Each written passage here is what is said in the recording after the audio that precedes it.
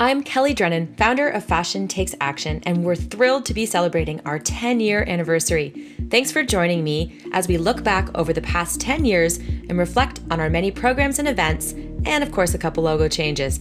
We could not have done it without your support and that of our members, our board of directors, and the hundreds of volunteers that we've been so fortunate to work with. The Green Gala was where it all began, held in 2007 at Evergreen Brickworks.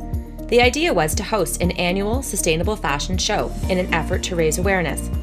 We were honored to have Robin Kay, president of the Fashion Design Council of Canada, as our keynote speaker.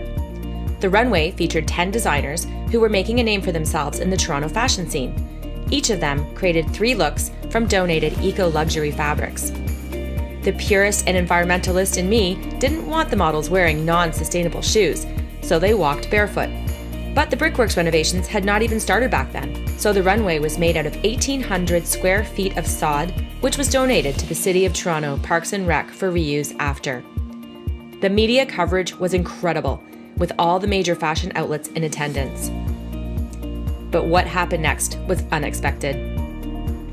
Designers from across the country were calling and emailing, asking where to find eco-friendly fabrics, thread, and buttons, sharing their stories of the challenges they were facing when trying to source sustainable materials. I then realized there was a need for an industry organization to support this growing movement. In the meantime, we hosted a second Green Gala event in 2008 at the Fermenting Cellar in the Distillery District. Once again, both the fashion and environmental communities came together to celebrate sustainable fashion in a fundraiser for environmental defense. The runway again featured 10 designers who made 3 garments each from donated sustainable fabrics, including Evan Bedell, who had just won Project Runway Canada. On Earth Day 2009, Fashion Takes Action launched as a members-based organization offering services to designers who were devoted to ethical and sustainable practices. We kicked things off with Sustainable Fashion 101, an industry event that featured expert speakers who shared their knowledge of the social and environmental impacts of fashion. In 2010, we saw a surge in the number of designers who were marketing themselves as eco-friendly, and we thought it was worth recognizing their efforts. So we launched Design Forward, the first eco-fashion award in Canada that pulled back the curtain and showed the public what goes on behind the scenes. FTA narrowed down the competition to a list of 14 designers who were evaluated based on a number of criteria. The public voted, and the top 3 then faced a jury, and Vancouver-based Nicole Bridger was our well-deserved winner. Over the next few years, we hosted a number of events in partnership with other organizations. Some of these include a clothing swap at Toronto Fashion Week inside the tent at David Pico Square, to show all the well-heeled fashionistas that swaps weren't just for old, worn-out clothing, but also for designer dresses that get worn once and then hang in your closet collecting dust. The Green Living Show, where for 4 years we ran a large boutique space selling our members' fashion and accessories products, and also each year we produced main stage runway shows. We collaborated twice with Alternative Fashion Week, or FAT, on sustainable-themed runway shows that again featured a number of our ethical fashion members. For 4 years, we co-hosted Connect Beauty with Women's Healthy Environments Network to raise awareness for the negative impacts of fashion and beauty products. Each year, we invited environmental leaders to model the clothing in an effort to raise further awareness within their communities.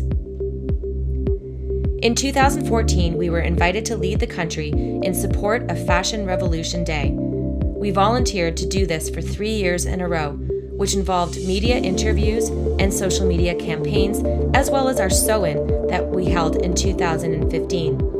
We collected used clothing, cut it into squares, and invited both fashion students and the general public to write messages about who makes our clothes. In the end, we reached our goal of 1,133 messages, one for each victim in the Rana Plaza factory collapse. In 2012, we opened up Canada's first sustainable fashion showroom located in the Distillery District. We ran the space for 2 years, which featured a number of our members who rented rack or shelf space, and each month we hosted designer trunk shows. A few years ago, we did a rebrand, which also had us revise our mission and vision. Not only are we Canada's only nonprofit organization devoted to sustainable fashion, but our mission is to advance sustainability across the entire fashion system. Anyone who makes, sells, or buys clothing, through education, awareness, and collaboration. In 2014, we launched the World Ethical Apparel Roundtable, or WEAR, which combined all three: education, awareness, and collaboration. This was the first conference of its kind to take place in North America, as it brought together the entire fashion industry to share best practices, network, and help solve the many issues our industry faces. WEAR has grown in size and scope each year, with more than 500 attendees in total, from designers, academics, consultants, and social entrepreneurs to NGOs, government, and large apparel brands. The first 2 years we hosted WEAR at Evergreen Brickworks, which was an ideal venue given their dedication to sustainability. But we outgrew it in 2016, so we moved WEAR to the Metro Toronto Convention Centre and hosted our cocktail networking reception at the CN Tower. In the spirit of collaboration, WEAR offers a unique forum for the many different perspectives to be shared, for new partnerships to be formed and existing ones to be strengthened, for best practices to be replicated, and for important discussions to take place about the need for systemic change in our industry. We accomplish this through relevant themes and content delivered in keynotes, as dynamic panel discussions, facilitated and open networking, deep dive workshops, and labs.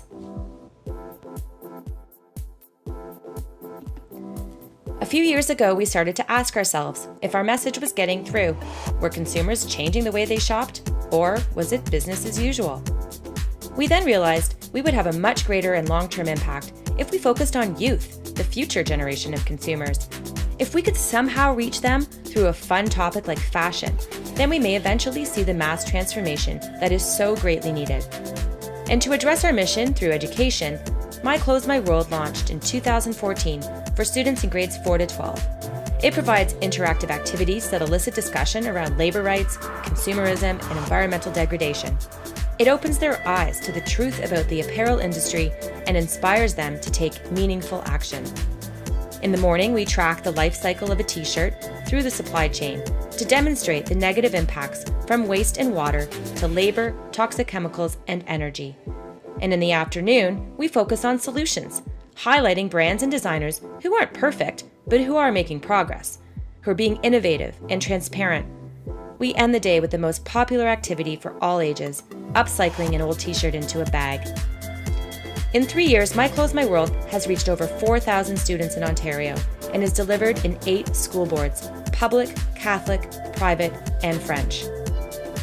We've developed a 2.0 version of the program that focuses on textile waste and the 7 R's of fashion. Not just reduce, reuse, recycle, but also research, repurpose, repair, and rent. It was recently accepted into the CSI Agents of Change Climate Solutions Accelerator. This Fashion Impacts Challenge is in pilot mode while we develop our business plan, impact measurement tool, and secure more funding. So stay tuned for details about our pilot program launching in the 2017-18 school year. In 2016, we brought back Design Forward, this time without the award component. It was instead a curated collective runway show that demonstrated how far sustainable fashion has come, while celebrating the hard work and dedication of designers who design with the future in mind, the future of both our planet and the people who make our clothes. This year, we're thrilled to have added back the award, and we look forward to celebrating one lucky winner as Canada's most sustainable fashion designer. It's important to know that for us, it has to be about the fashion first, because if a garment is ugly, poorly made, or doesn't fit well, then it doesn't matter how it was made. Nobody will buy it. At the same time, we believe that sustainability is the future of fashion, and there are a growing number of designers who share this belief, who've managed to strike the perfect balance between style and ethics. And of course, we would be remiss to not mention our amazing members. In 10 years, we have had the pleasure of working with more than 400 designers, academics, retailers, and brands. Here's a quick look at our current group of members. At FTA, we offer 3 levels of industry membership. So no matter whether you're just starting out or whether you're a large corporate apparel brand, we have something for you. And new this year is our community membership, which allows the public to become a part of our growing community. As a nonprofit organization, your $25 a year helps to support our many ongoing programs, and you get to attend our monthly events at a discounted rate. We will also turn to you for some feedback on the kinds of events and campaigns we run in the future, so you can help shape the future of fashion. Thank you for watching and for celebrating our 10-year anniversary with us. Here's to the next 10 years.